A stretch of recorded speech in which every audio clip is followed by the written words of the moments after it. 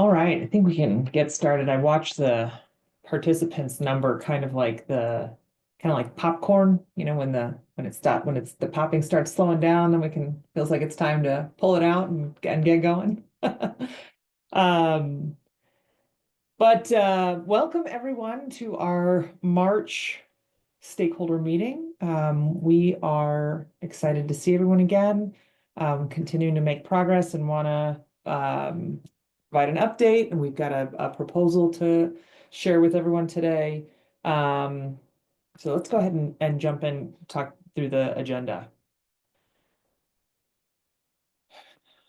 So we're going to provide a quick update on legislation in California and the timeline for that process. Talk through a proposal for a formation board. This is something that is a little bit different from what we had included in our step 2 proposal, which, as we mentioned last month, recognizing that proposal was sort of written on paper, and now that we're starting to try to think about reality and implementation, there are some things that that need to look a little different, or sort of new aspects of the proposal that we wanted to make sure that we're bringing to stakeholders and that we have an opportunity for discussion and to get feedback on. We'll talk a little bit about our funding relative to the budgeting work that we're working on now. And then we're going to talk through in more detail our work plan and the timing that we're proposing for the work we have ahead of us, and then just flagging our upcoming stakeholder meetings and engagement. So with that, a quick update on Senate Bill 540. This was introduced on February 20th. Senators Josh Becker and Henry Stern are the authors. There are 3 primary sponsors, IBEW and Environmental Defense Fund and Natural Resources Defense Council. We have many people who are working on this, both individually, some of the California members on the launch committee, as well as many of our partners have been having a lot of conversations with members and meetings with staff that are going really well.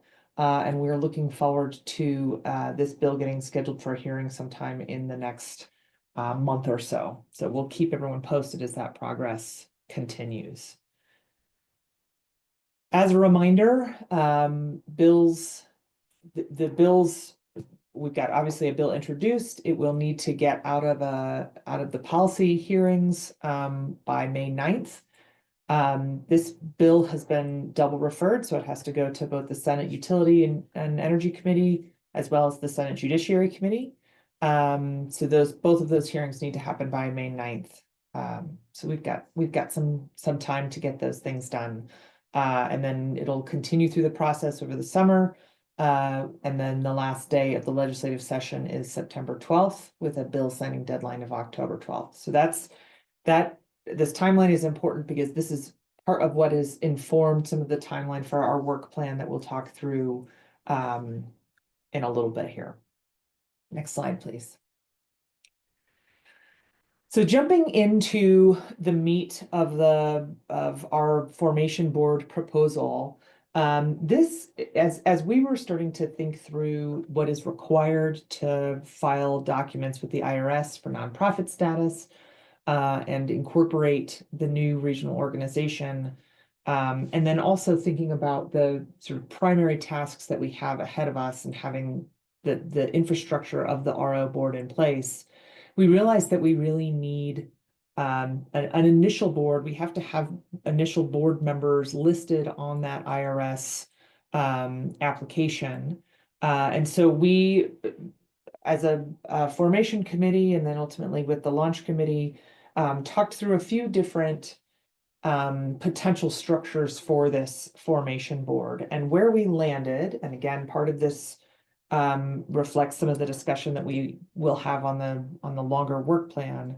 Where we landed was to recommend that we create a formation board, which would be an interim board, prior to seating our full permanent RO board. The recommendation includes using the 7-member formation committee as the formation board.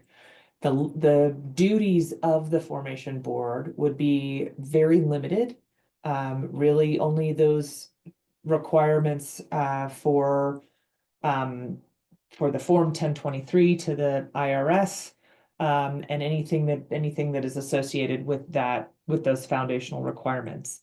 That means that the launch committee would continue in its decision-making role as we've set up thus far, and the formation committee will continue to serve as a subcommittee of that launch committee. It would not bestow any additional decision-making ability with the formation board or any authority beyond really what is required to be listed as board members on those IRS applications.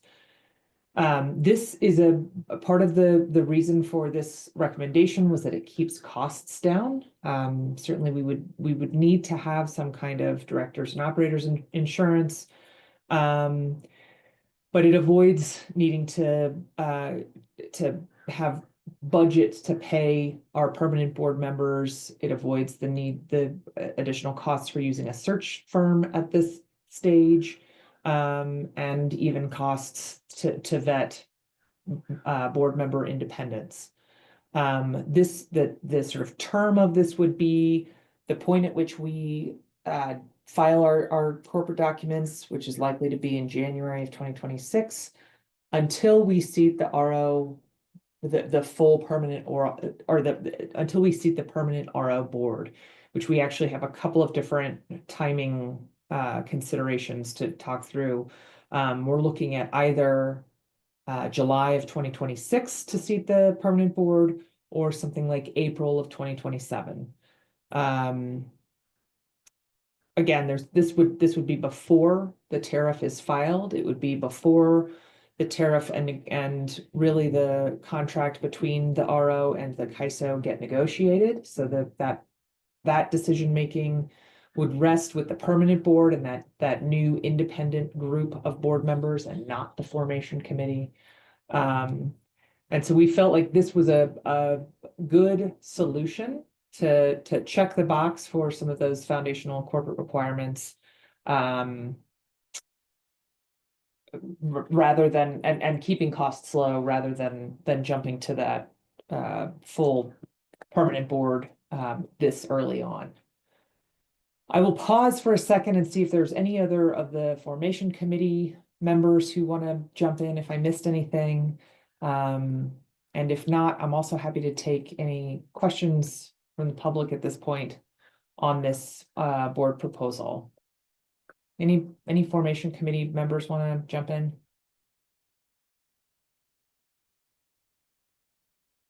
All right, great. Any questions from stakeholders or the public at this point on this proposal?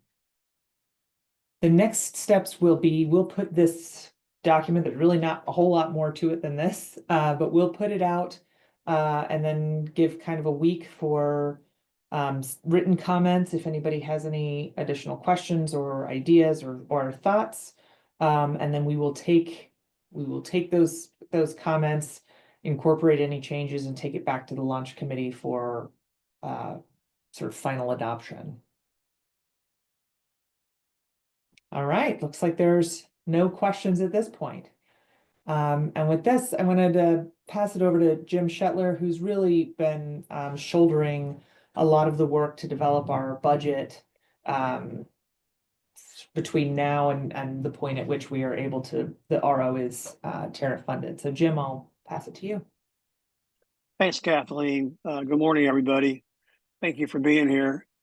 As Kathleen mentioned, we've been looking very hard at the budget for moving forward with implementing the RO.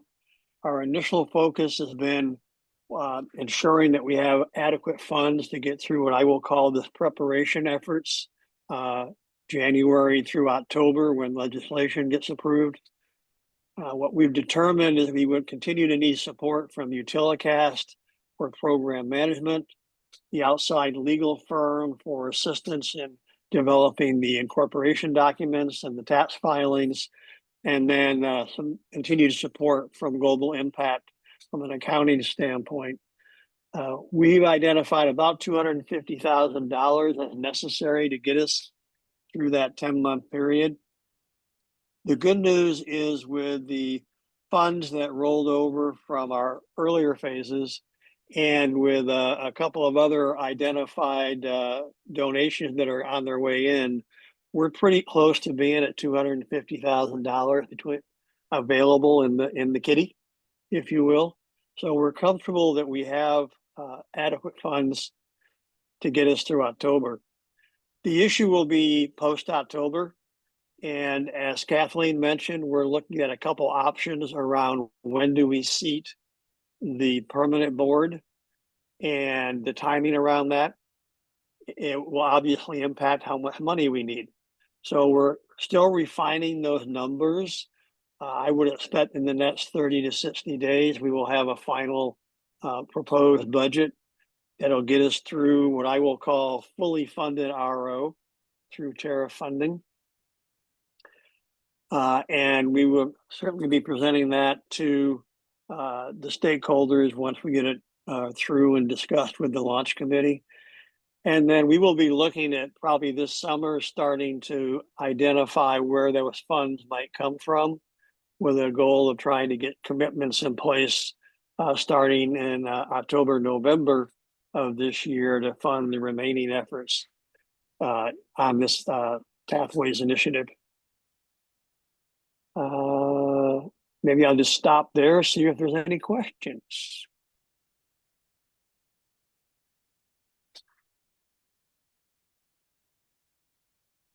I like it when there's no questions. Me too. Thank you, Jim. Appreciate it. So the next update we wanted to provide was some additional detail on the work plan that the formation committee has been developing. So we've really broken this into 3 phases because we really can't help ourselves. We got to have phases and steps and options and all the things. So we're just leaning into it. So this first phase of the implementation work is really between now and kind of the end of the year. And the primary areas that we're working on, you can see kind of how they're lining up here on this Gantt chart. We can go ahead and go to the next slide. I'll talk through some of the actual activities here. As we discussed earlier, we've brought this formation board proposal to stakeholders for some input. And going through that process, we will be able to finalize that next month in April. We're also in the process of revisiting the nominating committee. We had included in our final proposal a process for the nominating committee to seat both the initial RO board and future RO boards. It was a proposal based on the process that the WEM governing body goes through. And for the most part, that process, I think, is what we're really is what we're still envisioning. There have been a couple of things, though, that we've, again, recognized that we're going to need to put a little more work into. One of those things is actually getting the sectors ready to participate on the nominating committee. So in the final proposal, we had recommended a stakeholder process and the stakeholder representative committee that included 9 different sectors. And our proposal was that the nominating committee would include representatives from each of those 9 sectors. Well, we don't currently have all of those 9 sectors. So one of the things that we're going to be working on over the course of the next few months is what we're sort of referring to as sector readiness, and making sure that for those sectors that are folks that have not been as engaged historically in some of these processes, that we're getting them ready to choose representatives and figure out how to engage in a meaningful way now that they have a real forum to have their input be heard. So finalizing that process is something that we're hoping to get done over the next couple of months, and then working on that sector readiness really between now and October. That is something that we will be spending more time on at our April stakeholder sorry, it's been a long morning. Our April stakeholder meeting, spending more time on that sector readiness discussion. One of the other items that we're starting to work on is really scoping out the Office of Public Participation. And so again, in our final proposal, we had included a recommendation that the RO include some staff that would make up an Office of Public Participation. And the purpose of this was really to ensure that we have folks within the RO that are focused on providing information and education about what the RO is doing and the processes, as well as facilitating access and information for the public and for stakeholders who either may not have engaged in the past or are looking to figure out what's going on, but to really be that sort of public-facing engagement team for the RO. So we're starting to scope that out, and we'll have a proposal for that later this summer. A couple of other areas that we're focusing our first phase work on: budget development. As Jim mentioned, we've been really diving very deeply into the budget categories in sort of all of these phases between now and the end of October. And then once we have the RO incorporated, up until we have a permanent board seated, once we have a permanent board seated, and then up until the tariff, the RO is fully tariff funded. We are also, as part of the corporate documents and the Form 1023 for the IRS, we have to include essentially 3 years of budget. And so that includes budget into probably the first year of operation of the RO. So we've been mapping all of those pieces out to reflect the appropriate initial levels of staffing, including general counsel and stakeholder engagement, and as well as board costs and the various other expenditures that we'll need to get all of those pieces in place. We'll be bringing that. We'll be presenting that to stakeholders later this spring. The next category of work that we're doing is developing the corporate documents. So this includes the Form 1023 for the IRS, as well as articles of incorporation and bylaws. So we're in the process of drafting those pieces up. Again, these will be things that we bring to stakeholders for input. This really will include, again, both the budget and a narrative about the activities that the RO is going to take on. We want to make sure this was an area where we had incorporated recommendations for public interest protections, and so making sure that the way we've been drafting these documents, particularly in the articles of incorporation and bylaws, that we are honoring those public interest protections that we had discussed in the final proposal in November. So we'll be looking for stakeholder input on those in the coming months. And then the last thing that we're continuing work on here in this first phase is really refining the stakeholder process recommendation. As we've discussed, there were a couple of areas where we didn't have a full recommendation developed for the November proposal. So we're refining some of those pieces. That includes like the remand process that we had identified.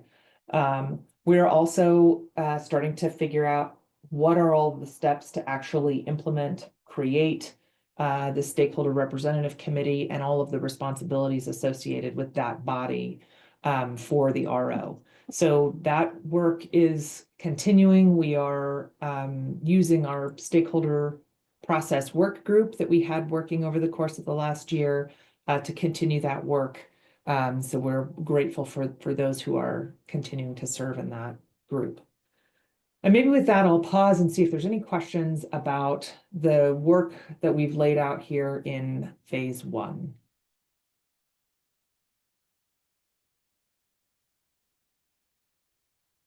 All right, well, then we can jump into phase two.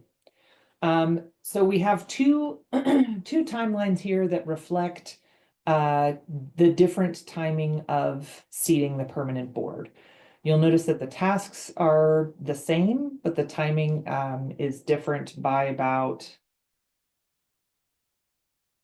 six, I don't know, some months. I can't do math at this point. 6 months, 8 months. So the first thought was the first scenario here on the top is having a goal of seating a permanent board in July of 2026. The bottom timeline would be if we were to seat a board in April of 2027. So this is just, I mean, really, it's just kind of picking up the timeline and shifting it by those periods of months. Next slide, please. Talking through the activities that we have included in this next phase, we're really looking at launching the nominating committee process. This is something, again, as we've built this recommendation on the basis of the WEM governing body process, we really anticipate this is probably going to take a similar amount of time. So we're planning for about 6 months for that nominating committee process to go through all the work it takes to get nominees and to put together a slate, do all the interviews and the vetting, to bring a formal slate of initial board members back to the formation committee. We're really going to be at this point refining some of the RO organizational needs, so developing staff position descriptions so that we can get some of those initial staff members hired, thinking like the executive director and some general counsel. So we can get those folks in place to really start to own the work of the RO leading up to the point where we have tariff changes ready to be filed with FERC. We're going to be continuing to develop the stakeholder process, including the staffing descriptions for what roles we need at the RO, as well as what roles are going to continue to remain at the CAISO. This, I think, is an area where we continue, as we recommended back in the final proposal in November, that at these initial phases, the subject matter expertise is going to continue to remain at the CAISO, but we will have facilitation work happening with the RO so that those processes can continue to work together and make sure that we've got the right separation and the right roles in the right places. We'll continue to work with the consumer advocates to help them pull together the consumer advocate organization. This is a task that's really going to be driven by the consumer advocates. The formation committee will be there to assist when it's appropriate. I think this is one of the areas where, fundamentally it is critical that we include funding for the consumer advocate organization in the tariff, but that the creation of that organization is going to be up to the members of that sector. As far as tariff modification goes, this is something that ultimately we are going to, that the CAISO is ultimately going to have to stakeholder. In these early phases, I think this is really kind of thinking about and getting stakeholder input on the scope, sort of building on the discussions that we'd had over the course of last year. Ultimately, once we get to the point where we're drafting changes to the tariff, again, this is going to be a CAISO decision, and so the CAISO will ultimately run a formal stakeholder process to get input on those changes before finalizing those tariff changes later on in the process. And then similarly with the RO CAISO agreement, early on, this is the piece that we're really referring to here in this second phase is starting to identify and have communication with stakeholders about what are the components of this agreement. this agreement and the tariff really go hand in hand and are going to capture the relationship between the two entities. And so ensuring that we've got a clear understanding amongst stakeholders of how this relationship is going to work and where the various components of that are going to sit is really at a high level is really what we're envisioning for this phase of the formation committee's work. I'll pause again and see if anybody has any questions about this next phase, which really is between now and when we seat a permanent board. All right. Next slide. Phase 3, which is once we've got a permanent board in place, the work that we'll have ahead of ourselves. And again, I think some of this obviously depends on whether or not it's a July timeframe or an April timeframe or something sort of in the middle there. That this work will need to happen probably along this timeline. Who is really driving it will depend whether or not the permanent board is in place. The formation committee is planning at this point to continue its work.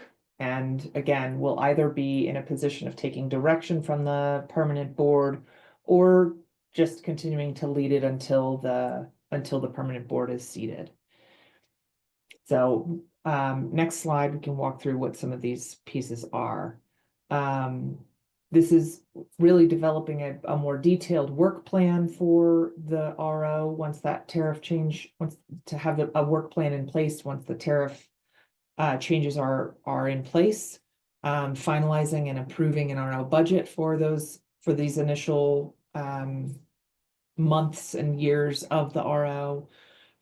Bringing on some of these initial staff, so getting an executive director on place, and whatever the other staff, general counsel, if it's appropriate for a stakeholder manager of some sort, whatever we identify in these earlier phases, we'll finalize the tariff changes and the agreement between the CAISO and the RO. And again, because there will be a formal CAISO process for the tariff changes. The RO will be there to participate and support that. But again, that's owned at that point by the CAISO. We are proposing at this point, given all of the work and the time that it's going to take to do the thorough stakeholder processes, that we're really looking at being prepared to file those tariff changes with FERC probably in September of 2027. And that assumes if we look at, FERC timing, that puts us with a goal of having the RO fully operational with its new sole authority in January of 2028, when the RO board would fully assume governance over markets. So we thought that it was really important, and maybe I'll have Sarah, if you don't mind, go back to the last slide with the timeline. We thought it was really important to start to set expectations with stakeholders at this point about the timeline and the kind of work that we're going to need to get done between now and when the RO has full governance authority. And to make sure that people understand sort of what we've included into this timeline, and the point at which we expect to be fully operational. So you will see these tasks and this timing reflected in the budget once we get that a little further along. So at that point, I will pause and see if there's any questions about phase 3 or the timeline overall, and the tasks that we have identified in front of us.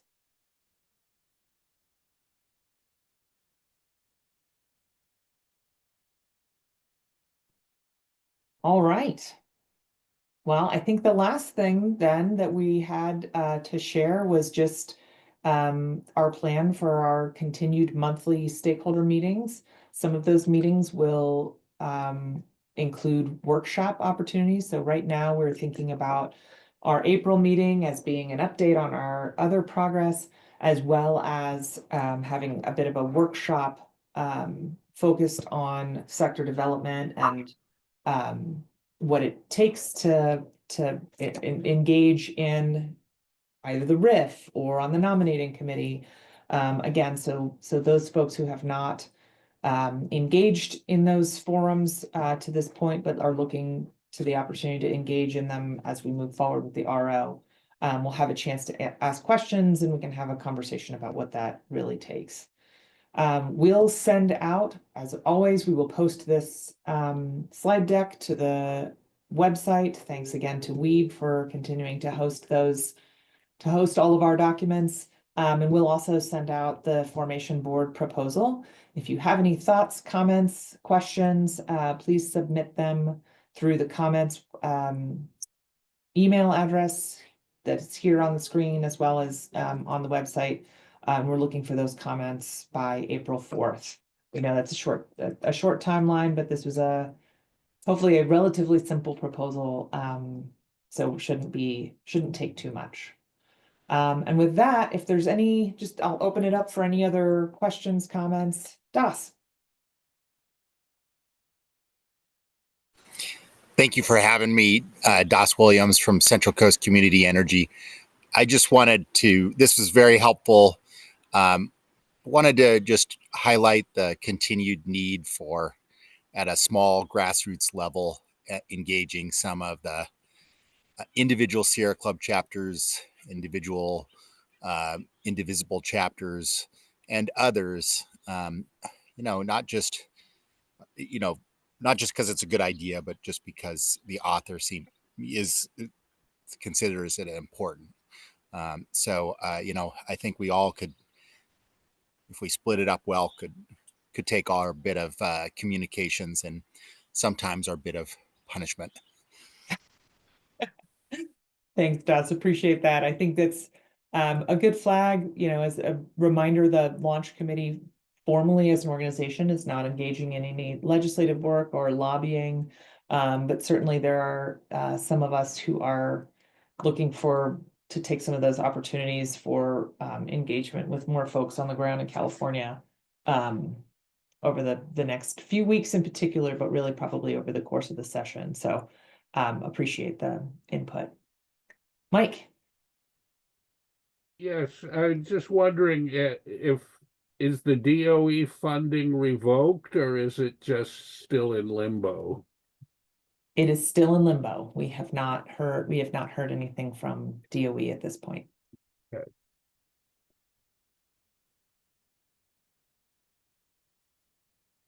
Any other questions, comments? Well, thank you all again for your interest and your continued participation. We look forward to continuing our work and bringing more materials and proposals for feedback as we move forward over the next few months. Thanks, everyone. Have a great weekend. Thank you.